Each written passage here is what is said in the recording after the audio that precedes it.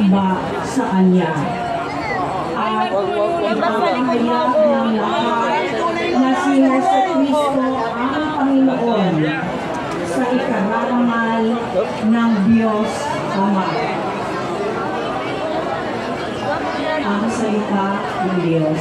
Salamat sa Diyos. Nagkakaroon ako ng